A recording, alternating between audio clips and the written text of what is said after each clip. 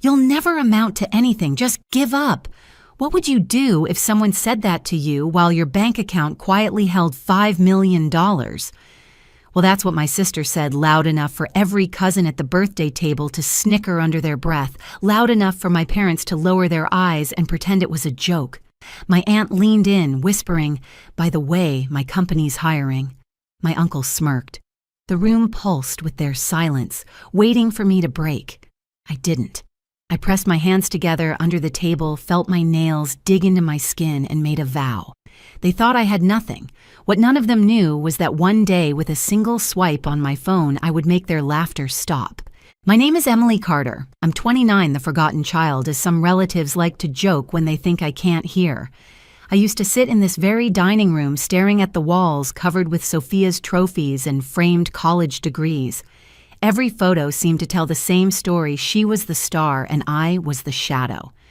Our parents never meant to be cruel, but their silence carried weight. Whenever Sophia bragged about her promotion or her new condo, Mom would beam with pride. Dad would raise his glass. When I mentioned my work freelance consulting, long hours, late nights, they nodded politely, then changed the subject. To them, real success was something you could brag about at church on Sunday. And since I kept mine quiet, they assumed it didn't exist. I remember one Thanksgiving especially clear. The smell of cinnamon rolls filled the kitchen plates, piled high with turkey and mashed potatoes. My mother leaned across the table, glass in hand, and toasted Sophia, "To the child who never lets us down." My fork froze halfway to my mouth. My cousins clapped. My aunt whispered something smug, and I smiled like it didn't sting. But inside, I memorized every word. What they never noticed was what happened after those dinners when I drove home alone. I would park in front of my tiny apartment, the air conditioner rattling through the vents, and open my laptop. While they slept, I studied markets, built portfolios, tested strategies, and made mistakes that cost me every dollar I had. I ate instant noodles for weeks, pawned jewelry I once loved, and sat awake at dawn wondering if I'd chosen the wrong path. But I didn't quit. Years stacked up. Quiet years. Years when family believed Sophia had it all and I was barely scraping by.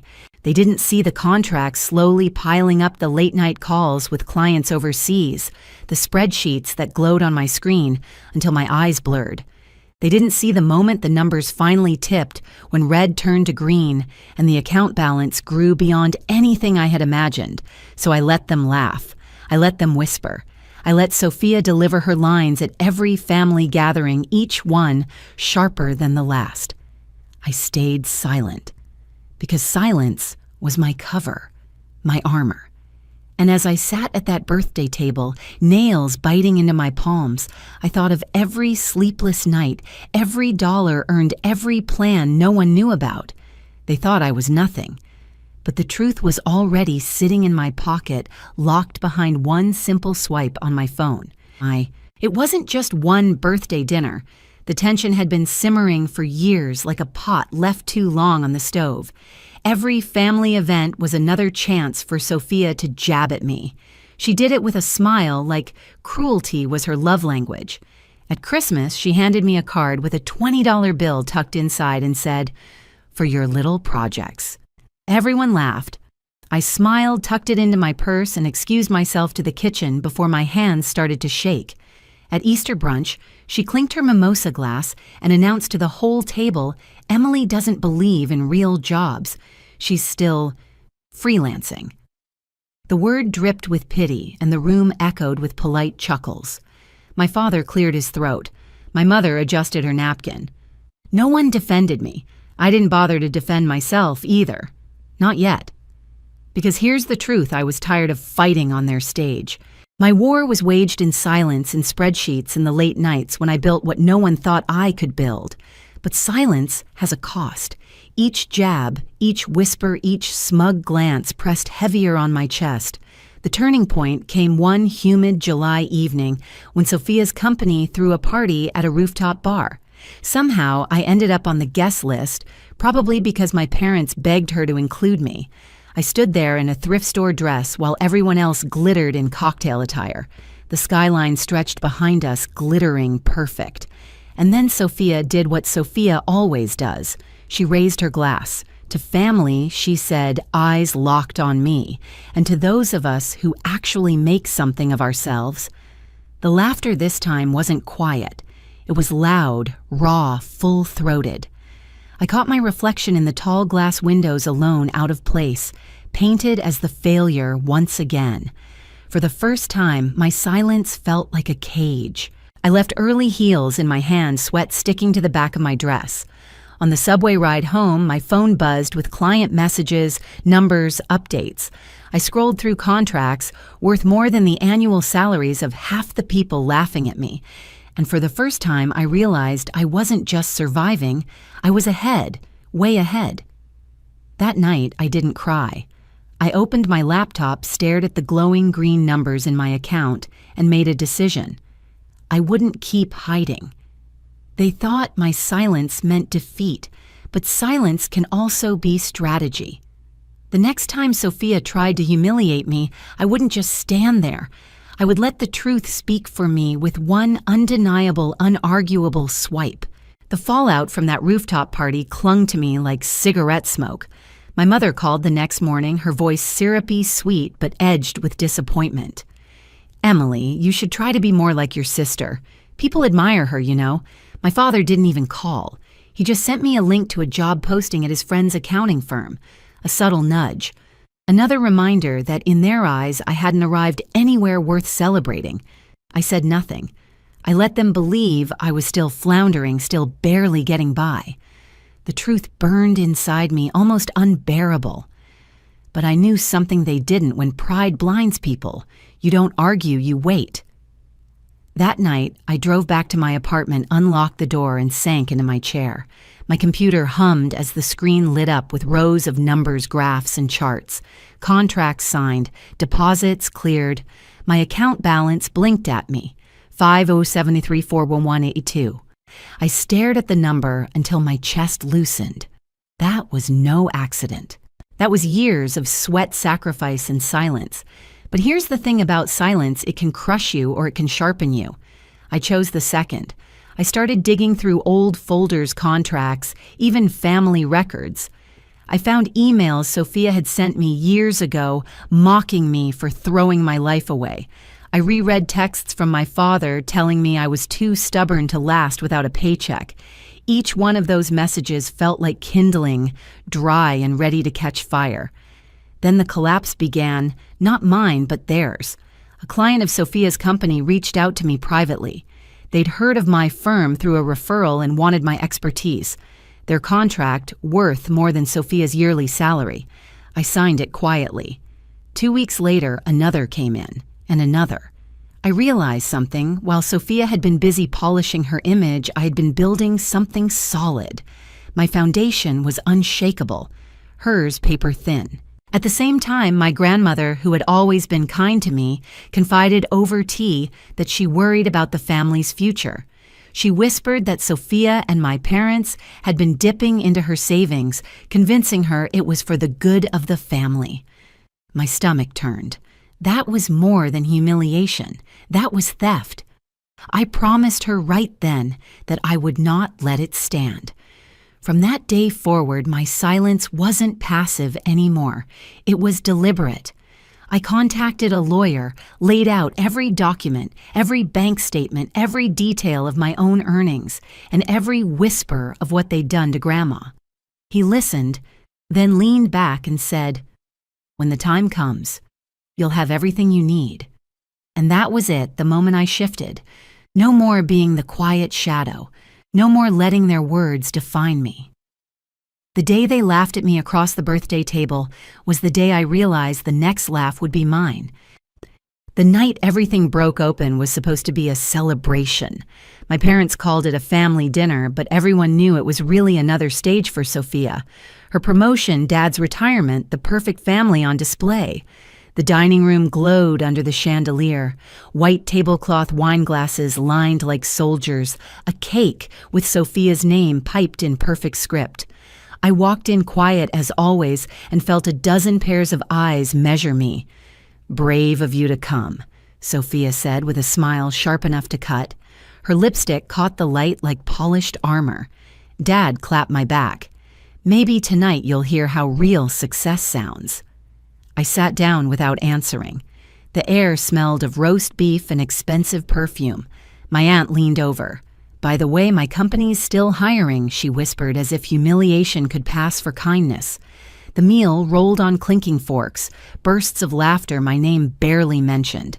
I kept my hands folded in my lap, listening, watching, waiting. Then Sophia rose. She tapped her glass, soaking in the silence. "Tonight we celebrate hard work," she announced.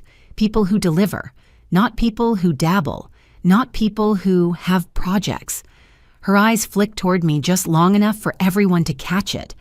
The laughter this time wasn't polite. It was loud, confident, cruel. My father raised his glass in agreement. For years, I'd let moments like this pass. I'd swallowed the burn and gone home in silence. But tonight was different. Tonight, I was done playing their shadow. I pushed my chair back and stood. The scrape of wood against the floor cut through their laughter. "You want proof?" My voice came out, calm, steady. "You've been curious about what I do, haven't you?" Sophia smirked. "Oh God, here we go." I reached into my purse and pulled out my phone. One rectangle of glass, one doorway. I swiped open my banking app and turned the screen toward the table. The number glowed under the chandelier. $5.73, 401-982. The room froze. Forks hung mid-air. Jokes curdled on lips. My cousin's grin collapsed into silence. My father leaned forward. "What is this, my checking account?" I said simply. Sophia barked out a laugh. "Please, fake screenshots. Touch it," I offered, sliding the phone closer. "Go ahead." No one moved. My uncle muttered, $5 million. In checking. "Not all of it," I said. "Some's elsewhere." The silence that followed was louder than their laughter had ever been. My mother's hand trembled as she set down her glass. The cake's lettering sagged under the heat of the candles. "They thought I was nothing," I said softly. "This is what silence built." Sophia's face tightened. "So what you've been hiding from family I've been working," I corrected, from doubt. Dad's jaw clenched. "If this is real, you should help. Your sister's buying a house.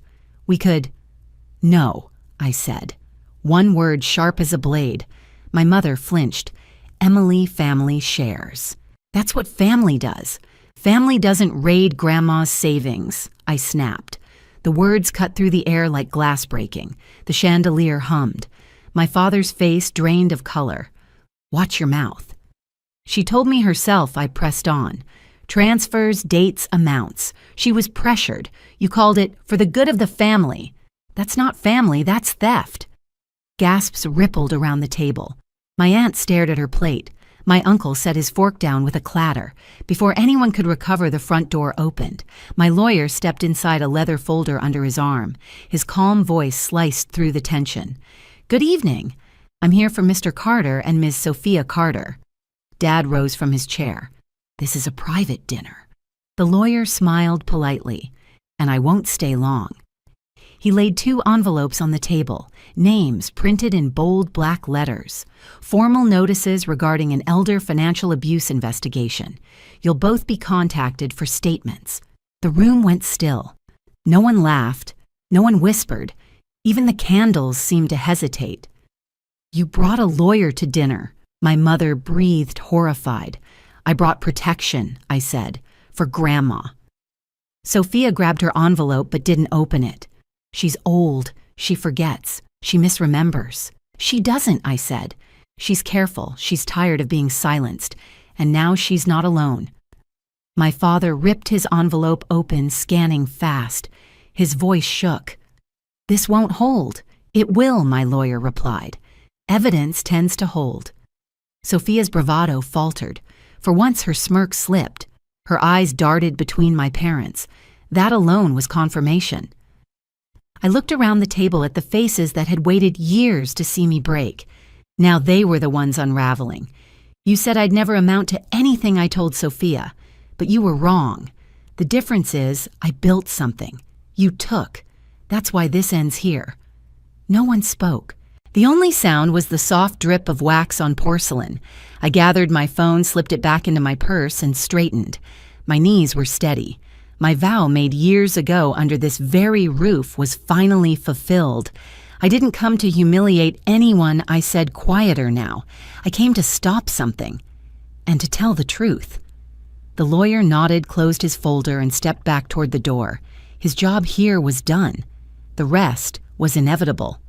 I moved past the table, past their silence, past the weight of years pressing down. At the door I turned once more. You thought I had nothing, I said. But with one swipe, I proved you wrong. Then I left them sitting in the glow of their own disbelief, the taste of their laughter gone bitter in their mouths. The fallout came faster than I expected. Within weeks, the investigation into Grandma's accounts forced Sophia and my parents to return every dollar they had taken. My father, once so proud of his spotless reputation, now spent his days in meetings with lawyers instead of golf buddies. My mother avoided the neighborhood church, afraid of whispers that followed her into the pews. And Sophia, the one who never missed a chance to boast, went quiet. Her promotion was overshadowed by scandal, her perfect image cracked for everyone to see. But the point wasn't just their downfall, it was Grandma's peace. For the first time in years, she looked lighter, her shoulders free of a burden she should never have carried. We planted tulips together in her garden that spring. She pressed dirt into the ground with her thin hands, and I watched her smile bloom wider than the flowers ever could. As for me, something shifted. I realized that the years I'd spent silent hadn't been wasted. They'd been sharpening me. My business grew, my clients multiplied, and I finally allowed myself to enjoy what I had built. No more hiding, no more swallowing my voice. I don't know if my parents or my sister will ever truly change. Maybe they won't. But that's no longer my battle. I proved what I needed to prove with one swipe of a phone, with one lawyer's folder, with one vow kept. Family is supposed to mean love, protection, and trust. But sometimes the people who share your blood are the very ones who test you the hardest. My sister's words. You'll never amount to anything once felt like a sentence. Now they're just an echo drowned out by the life I built on my own. If you've ever been underestimated, if you've ever had to prove yourself in silence, know this, your success is the loudest answer. If this story resonated with you, share your own experience in the comments and hit subscribe so you won't miss the next one. In my family, love came with conditions, and I never met them. I'm Kennedy. I'm 36 now, but the truth of my story begins in the quiet gray corners of my childhood, back in a small, forgettable suburb of Oregon. The kind of town where winters dragged endlessly and summers felt like a countdown to disappointment. Growing up, there wasn't painful in the obvious way. No shouting, no slammed doors, just silence. Cold glances, moments where I learned to disappear so they wouldn't remind me how invisible I already was. From as early as I can remember, love in our home wasn't something you earned by being kind or consistent. It was something granted to those who knew how to command attention, and my sister, Savannah. She was born for it. 3 years older, 3 times louder, and infinitely more adored. The moment she entered a room, all the air shifted toward her like wind to a flame. Every event, every family photo, every decision in our house rotated around her orbit. Savannah's first birthday catered. Mine sheet cake and paper plates. Her science fair projects were team efforts, my dad wiring miniature lights and Mom hand-labeling poster boards. Mine scribbled in pencil and taped to cardboard I found in the garage. By age 8, Savannah was already the star of the school's talent show. I still remember her stepping onto that elementary stage in a glittery red dress, holding a microphone with the confidence of someone who had never been told no. The auditorium echoed with applause. My parents sat front row clapping so hard my dad's wedding band slipped off. Meanwhile, I was behind the curtain literally because I was in charge of operating the spotlight. No name announced. No one even knew I was there. And somehow, I was already learning silence meant safety. Applause was for someone else. I remember this one moment in 4th grade. I had poured my entire heart into a watercolor painting. A landscape, soft blue hills with golden fields. I skipped cartoons for 2 weeks just to get it right for the school's art competition. The night before submission, Savannah strolled into my room. She was in 7th grade then with a new group of friends who thought everything was either lame or iconic. She picked up my painting and said, "This is actually kind of cool. Mind if I show it to them?" I didn't even get the chance to answer before she was halfway out the door. The next day, the painting was gone. Submitted under her name. Her friends raved. My mom just laughed when I confronted her. "She's only trying to help get your work noticed," she said. Help, that's what they called it. I was too young to fight back, but old enough to understand what it meant my efforts were hers to use. My voice didn't matter, and it didn't end there. High school made it worse. Savannah coasted through with praise and padded grades tutors my parents paid for private prep courses, even answers accidentally left out during practice tests. And me, I taught myself.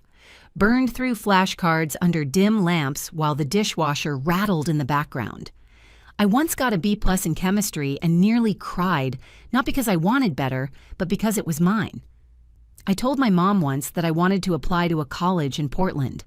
She blinked, frowned slightly, then said, "Why don't you stay home and help your sister with the bakery? She's under a lot of pressure right now."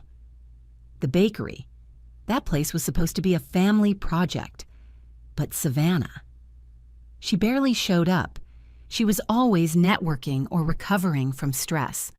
I, on the other hand, scrubbed grease off the industrial oven, handled the register during December chaos-managed inventory, while my friends went to homecoming. Nobody ever asked if I was tired. Nobody ever asked what I wanted. When I was 16, I finally snapped. Savannah had taken something that wasn't hers again, my personal essay about Grandma Eileen, the only person in the family who ever looked at me like I mattered. I'd written about her stories, her garden, her quiet strength. It was deeply personal, and Savannah submitted it without asking to a state writing competition. She won, first place, ribbon, $500 prize. I stood in the hallway shaking, holding the printout with my name erased. When I showed it to my mom, her response was almost mechanical. "She just borrowed your idea. Don't be so selfish, Kennedy." Selfish. That word echoed in my chest like a sentence passed down. I wasn't the child who needed love. I was the one who made things difficult by asking for fairness. After that day, I stopped expecting justice. I stopped explaining when I was hurt or asking for space. I didn't rebel. I didn't shout. I just went quiet. That kind of silence isn't weakness. It's a strategy. I buried every hurt, every slight, every stolen credit under layers of nods and fake smiles. I became dependable, low maintenance, the one who didn't rock the boat. But what they didn't know, what Savannah never saw, was that even shadows learn to move. Even shadows can plan. And sometimes they don't stay in the background forever. Because one day Savannah said something at a family party, something no one expected. And that same day, I held something in my hand that made it clear the shadow she thought she could erase had stepped into the light. She didn't just take the spotlight, she wore my name like it was hers. Leaving home at 18 wasn't a rebellion. It was a quiet survival. No farewell dinner, no hugs or hand-me-down advice. Just a duffel bag, $320 I'd saved from dishwashing at the local diner, and a crumpled acceptance letter to a community college business program in Salem. My parents didn't protest. They didn't ask where I'd go. I think deep down they assumed I'd be back in 6 months. But I didn't come back. I rented a tiny upstairs room in a crooked old house with paper-thin walls and a heater that wheezed more than it worked. That first Oregon winter, I slept in my coat sometimes with a towel around my neck to keep the cold air out. I worked 2 jobs coffee shop at Dawn convenience store at night. My classmates bought new phones. I typed assignments on a secondhand laptop with a flickering screen. No one clapped for me. No one posted proud family photos. But I had something no one in that house ever gave me peace. And then one night, while mopping the floor at the store, I heard a podcast playing from a Bluetooth speaker someone forgot to turn off. The host was talking about sustainability in household goods, the toxins in laundry products, and how transparency was the next frontier in business. That night, I didn't sleep. I opened my laptop and fell into a rabbit hole: eco-friendly packaging, bamboo textiles, compostable cleaners. I was hooked. 3 months later, I launched Willow and Pine, an online store built with no money, no connections, and no blueprint, just grit. I wrote every product description, packed every order, and used my phone propped up on textbooks to film product demos. My first ad budget, $25 on Facebook. 6 orders came in. That was everything. The business grew little by little. I wasn't a brand yet, but I was becoming one. And that's when Savannah noticed. She never messaged to say congratulations, never asked how I built it. But slowly she began to incorporate it. At family dinners, she'd chirp things like, "My little sister is doing this adorable eco thing online. It's kind of cute." When Better Homes and Gardens mentioned Willow and Pine, she posted a DIY soap recipe with the caption, "Creativity runs in the family." Then I signed a retail deal with a Colorado chain. A big moment for me. I didn't even tell my parents yet, but Savannah. She got there first with a carefully filtered Instagram post showing her kitchen sink captioned, "Inspired by someone close."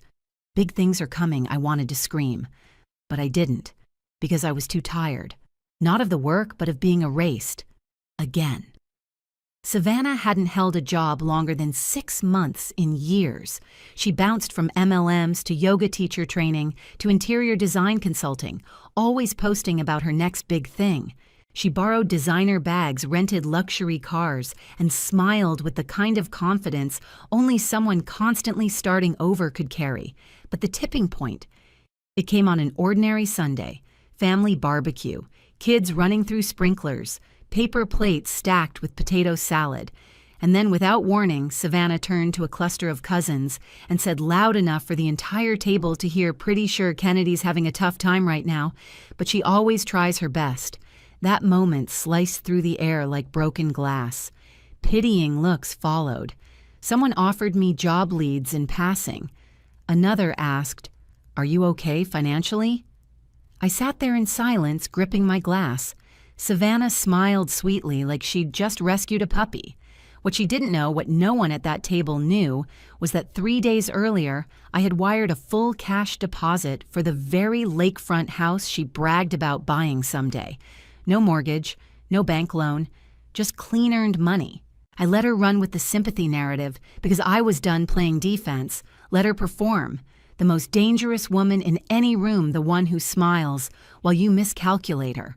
She didn't just expose me, she staged my downfall like it was her encore. It all fell apart on a Wednesday morning. Oregon skies were their usual moody gray, but that wasn't what chilled me. It was the subject line in my inbox: "Partnership paused. Vendor ceases operations." Just like that, my biggest supplier, responsible for 70% of Willow and Pine's eco-friendly products, was gone. No notice, no courtesy call, just an email explaining they'd lost investor backing and were shutting down. Effective immediately. I stared at the screen, heart pounding. Every campaign I'd planned for spring, every product line we'd prepped, every customer pre-order, it all evaporated. Nearly $40,000 sunk into logistics, packaging, and marketing, now hanging by a thread. By noon, negative comments started popping up online. What's going on with this brand?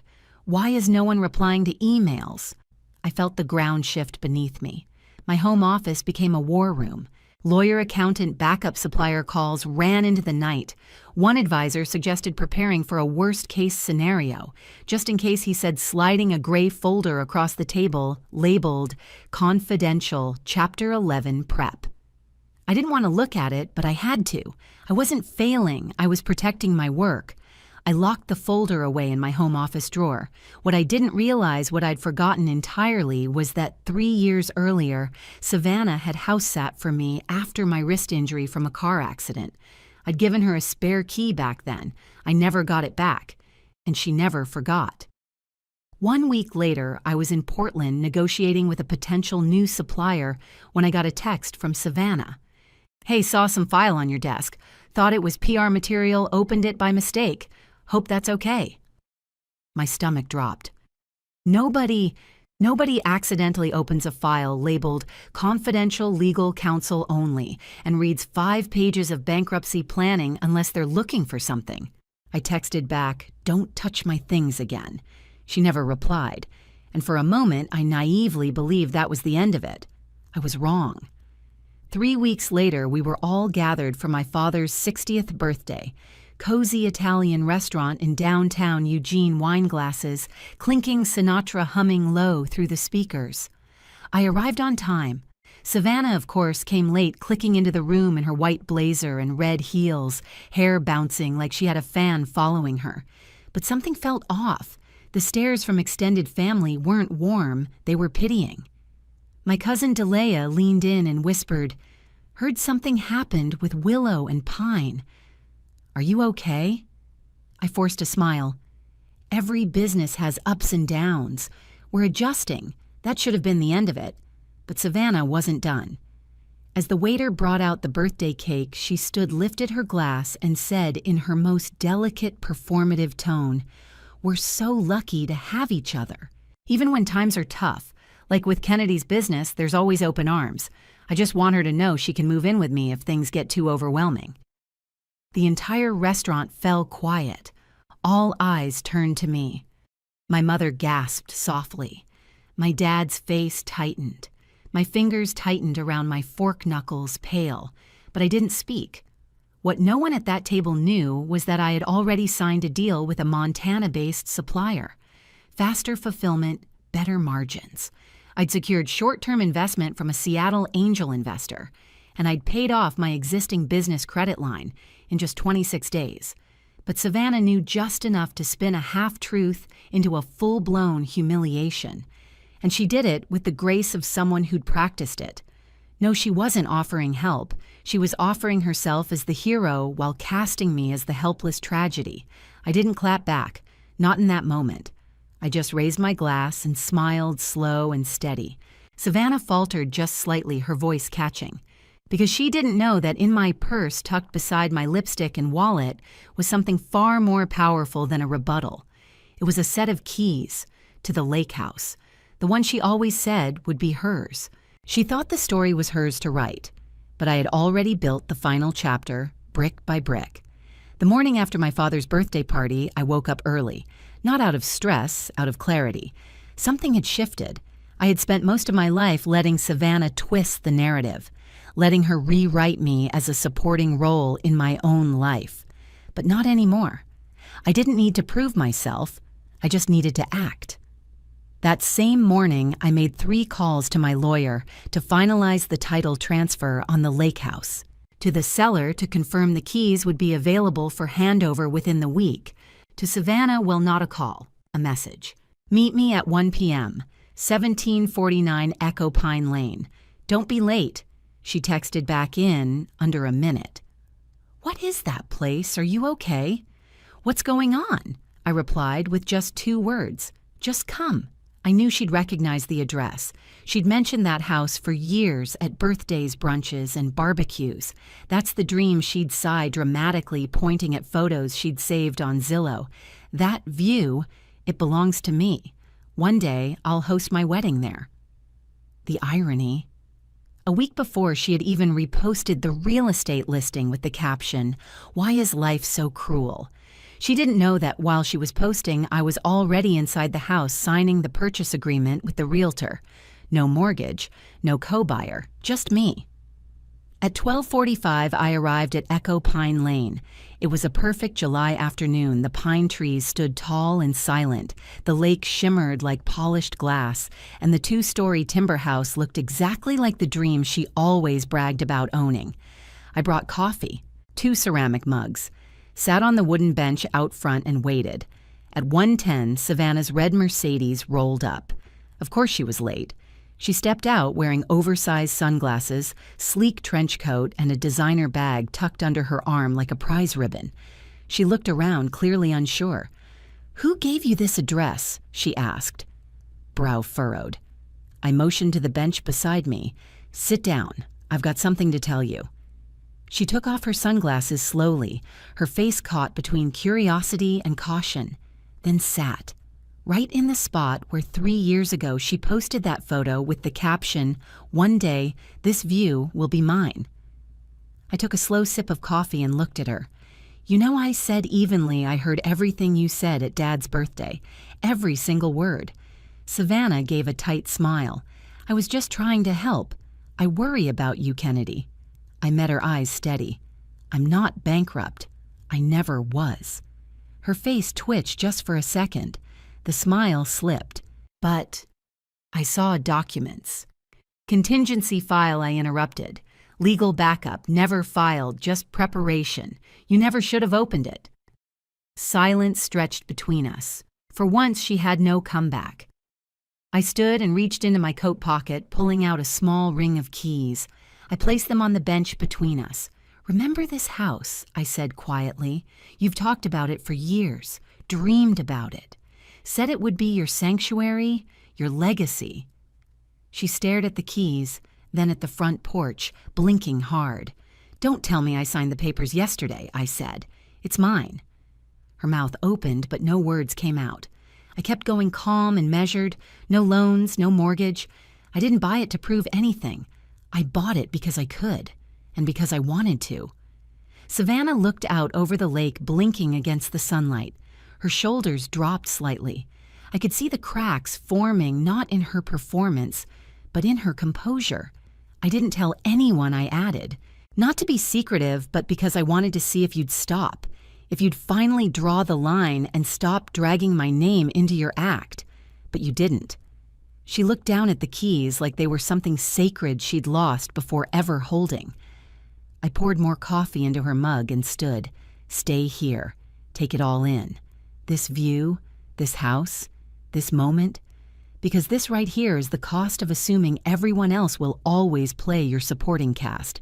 And with that, I stepped inside, leaving her on the porch alone, silent, and staring at the house she once claimed would complete her life. Justice doesn't always come with fire. Sometimes it arrives on a breeze, carrying the scent of pine wood and dark roast coffee. For the first time, she wasn't the star. She was just my sister. I sat inside the lake house on the wide windowsill in the living room. Morning light spilled in through sheer curtains, casting soft streaks of gold across the polished floorboards. The air was quiet still except for the faint creak of the front porch under Savannah's weight. Through the glass, I could see her, still sitting on the bench, still gripping her coffee mug with both hands like it was keeping her steady, still not moving. 17 minutes passed. She didn't speak. She didn't flinch. The only sign of life was the way she clutched her purse strap tighter and tighter, like it was the only anchor she had left. And then, finally, the door opened. No grand entrance, no heels clicking, no voice announcing itself like a lead actress on stage, just a sigh. Savannah stepped inside the house slower than I had ever seen her move. She sat down across from me without a word. The bags under her eyes were no longer concealed.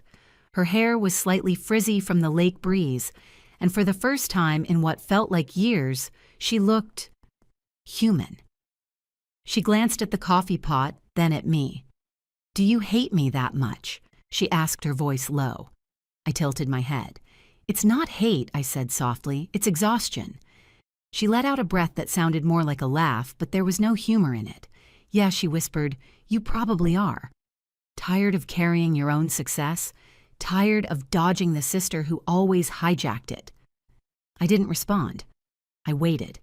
She looked down, running her fingers along the edge of the coffee table. Her voice cracked when she spoke again. "I'm not what everyone thinks. I'm not as rich. Not as anything." She swallowed hard. "That Mercedes rented. The Prada bag fake. My credit card's been declined more than once this month. I'm 3 months behind on rent. My landlord's threatening to call legal services." I blinked. That part I'd suspected. But hearing it from her lips still hit harder than expected. "My latest job," she continued, "that interior design studio. It was a trial. They let me go. I didn't tell Mom. She'd panic. Dad." He just stares when I fail like I embarrass him. Then she looked at me. No performance, no angle. And you're always composed, always have a plan, always steady. You know how small that makes me feel. Sometimes I stayed quiet. Let her speak.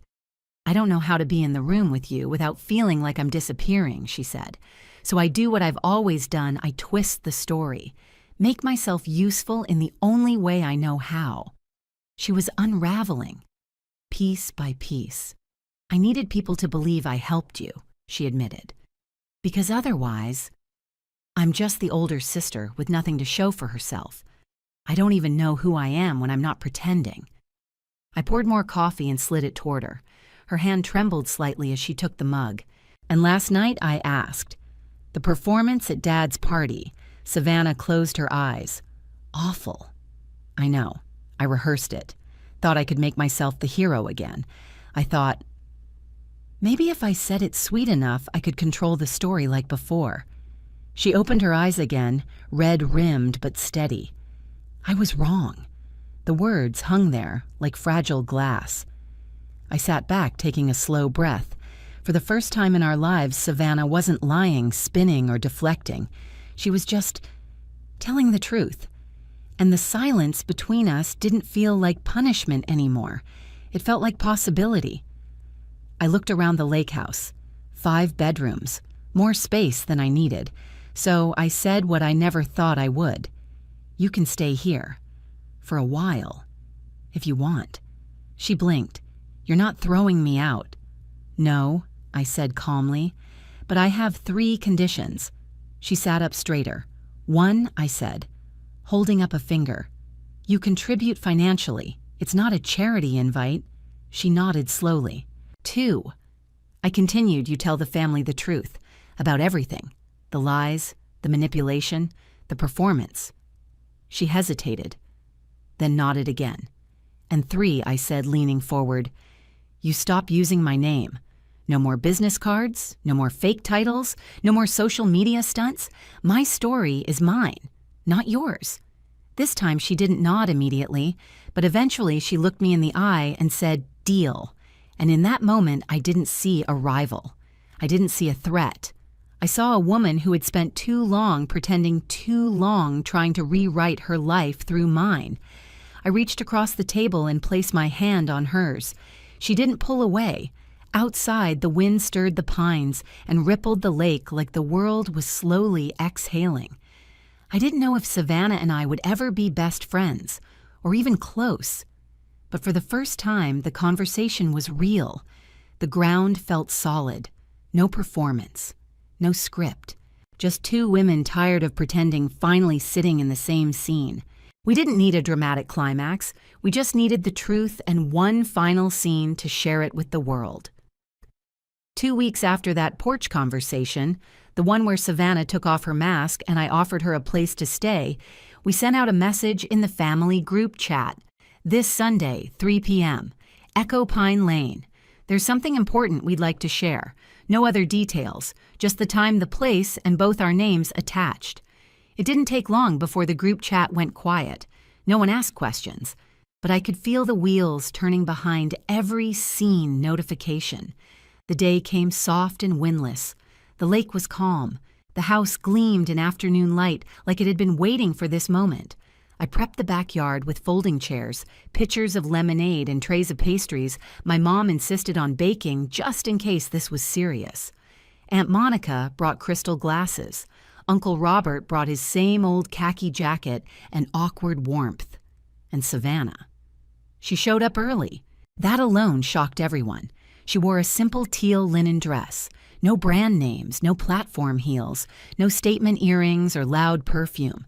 She stood by the railing, sipping coffee, quiet breathing. At exactly 3:15 p.m., she stepped up onto the porch. She didn't ask for silence. She didn't clap. But the family felt the shift. The energy changed. Conversation slowed, then stopped altogether. She cleared her throat, light, unsure, but she didn't back down. Thank you all for being here. She began, voice steady but soft. I know some of you might think I'm here with another story, but this time, It's not about spinning anything, it's about apologizing. There were no gasps, just silence. The kind that doesn't interrupt, just listens. She took a breath. At the reunion in Cannon Beach, I stood in front of you and painted a picture of Kennedy as a failing business owner.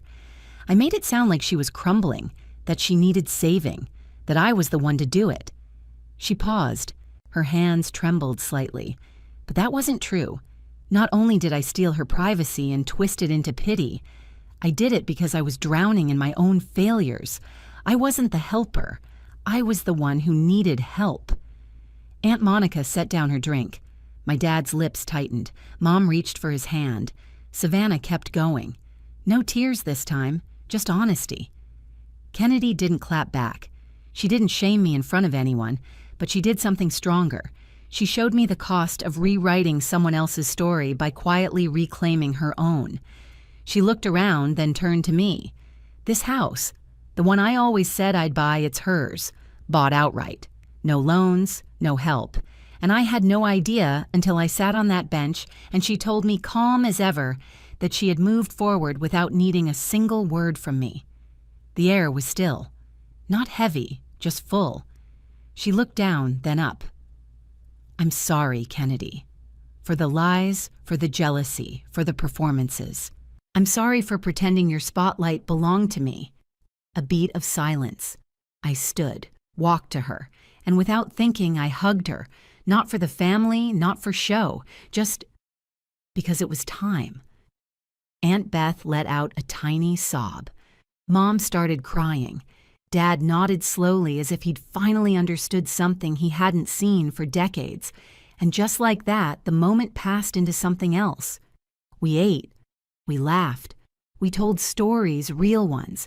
No branding, no filters. For the first time in my life, I wasn't the strong one or the quiet one or the successful one who doesn't need anything. I was just Kennedy, a daughter, a sister, a woman with a house, a company, and a name that didn't need protecting anymore.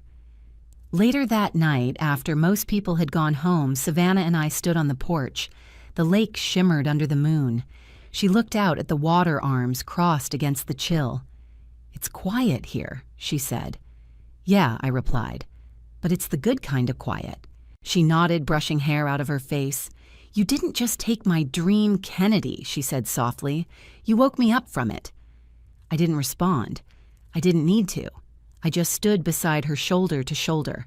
That lake house, once a symbol of rivalry, had become something else, a beginning. Not because it was expensive, not because it was beautiful, but because for the first time it witnessed two women, two sisters stepping out of competition and into truth. Ending call to action. Have you ever had someone rewrite your story or tried to take credit for your hard work? What would you do if your own family became your rival? Share your experience in the comments. Let's talk about healing truth and what it takes to reclaim your voice. And don't forget to like, subscribe, and follow this channel for more real-life stories of quiet power and emotional reckoning. Because some of the strongest people in the world are the ones who rise without applause. And sometimes a shadow becomes the light.